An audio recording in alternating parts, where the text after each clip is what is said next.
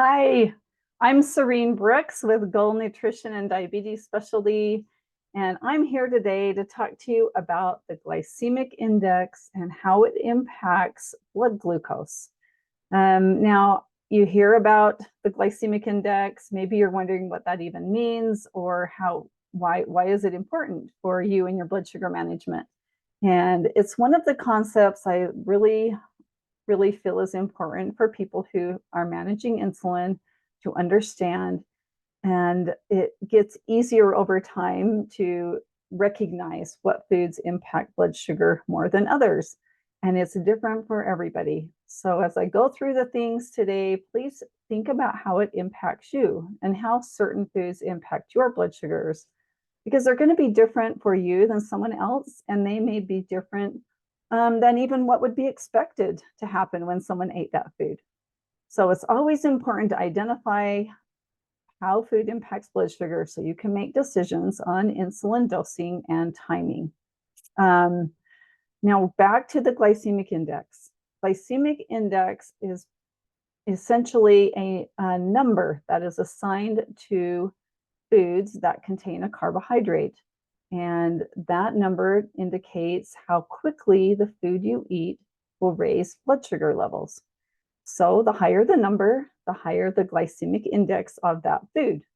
And I'll give you a few examples as we go along, but I'm sure you have all had different foods that impact your blood sugar really quickly. And maybe you dose your insulin the very best you can, but no matter what you do, every time you eat that food, blood sugars tend to spike up after you eat them. Or maybe you have not ever really learned um, enough about the timing of insulin to understand what to do with that information.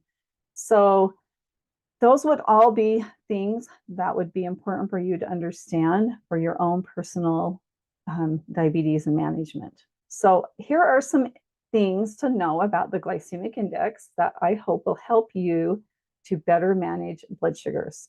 So first of all, low glycemic index foods are going to release glucose slowly and more steadily.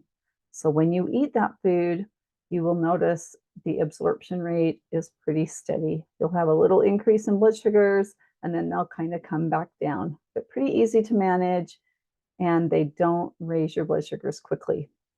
Now, a lower glycemic index can help foster weight loss. So if you're trying to lose weight, a lower glycemic index food may be beneficial. It may be easier with weight loss because it does absorb slowly and insulin management is easier. And a lot of times the type of foods that tend to be lower glycemic index are also tend to be those that would contain higher nutrition, but not always. So we'll talk about that too. And it contributes to a better post-meal glucose if you eat a lower glycemic index food. High glycemic index foods then just do the opposite, right?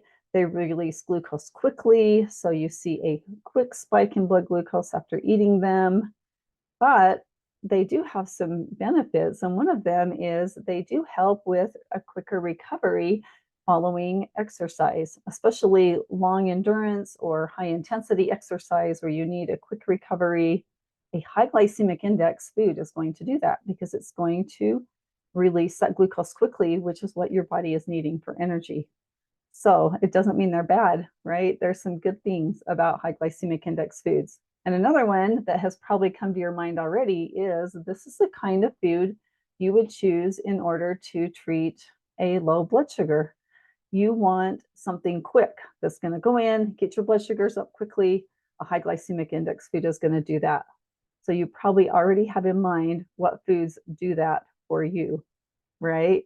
There's lists available that you can find that talk about the high glycemic index foods, low glycemic index foods.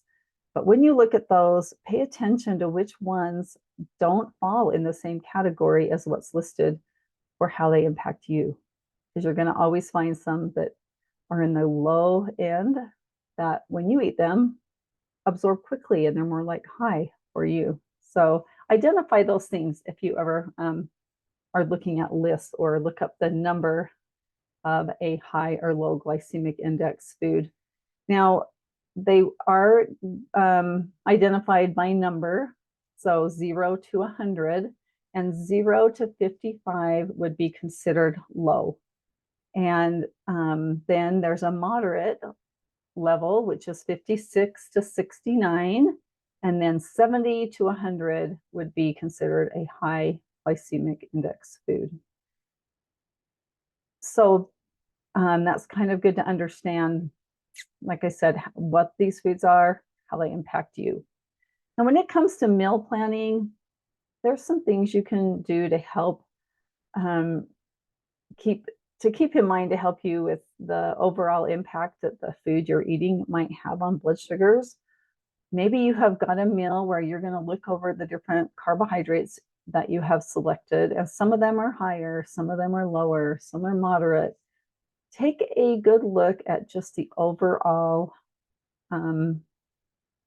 glycemic index of that food. Like, how is this whole meal overall going to impact my blood sugars? What is the overall composition, and how does this impact my insulin timing? And this is one of the big points I guess I want to make as you're looking at the glycemic index of the food you eat. How is it impacting when you should take your insulin? And what are my current blood sugars right now? Because those are the two factors that will help you determine when to take your insulin. So if you are eating a high glycemic index food, you really need to be aware of where your current blood sugars are and what way they're trending, as opposed to a lower glycemic index food. So really important concept to consider as you are looking at the type of foods that you're about to eat. Now, be as accurate as you possibly can when counting your carbohydrates, regardless of how they impact your blood sugar. It's still important to really be sure that you're counting as accurately as possible. Now, a low glycemic index does not necessarily mean low calorie or low carb. It just means that it's going to impact your blood sugars not as quickly. So pay attention to that. Pay attention to calories. Pay attention to portion size, regardless of how quickly it's going to raise your blood sugar. Now, generally speaking, a high glycemic index food tends to come from more processed foods. So an example of that would be if you were going to eat a whole apple compared to a cup of apple juice, which one would be higher in the glycemic index, do you think? The fruit juice would raise your blood sugars much more quickly than eating the whole apple for most everybody. The whole apple is going to have some fiber. You've got the whole apple there, so you've got the peel, and you've just got a lot more substance to it. Where if you drink a cup of apple juice, it's probably taken, I don't know, maybe 3 apples to even make that cup of apple juice, and you don't have any of the other things to go with it.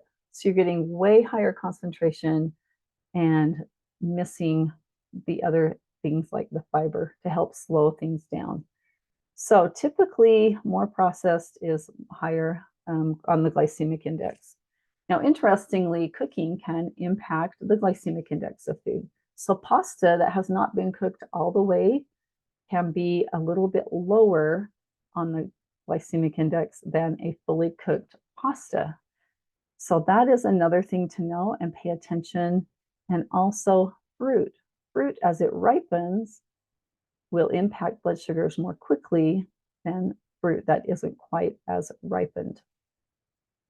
Now, also, sometimes the same class of food will differ with varying types. So if you were to eat some white rice compared to brown rice is going to impact blood sugars a little more slowly and also contain different nutrients as well. So it's a good one to add to your menu if you're wanting something that impacts blood sugar a little bit less and has a little more fiber, but you really like rice. That's a good one to swap out. And then Also, choose a variety of food that will add nutritional value to your meal. So, if you like some of these foods we're talking about that maybe impact blood sugars a little more quickly, try adding some other things along with it. Add some high fiber, some lean protein to help compensate for some of the other foods that you're choosing, and hope that you can figure out kind of how to balance the types of food you're eating so you're getting well balanced meals and you're getting a variety of nutrition. Now, high glycemic index foods do not need to be avoided. They aren't, I don't want them to be negative or sound bad. They just impact blood sugars differently. And so it's really important to know how they impact you because you are unique and different to everyone else. And then learn the best way to manage your blood sugars and your insulin dosing with knowing how that food is going to impact you. And this is a really helpful part of helping those post meal blood glucose levels.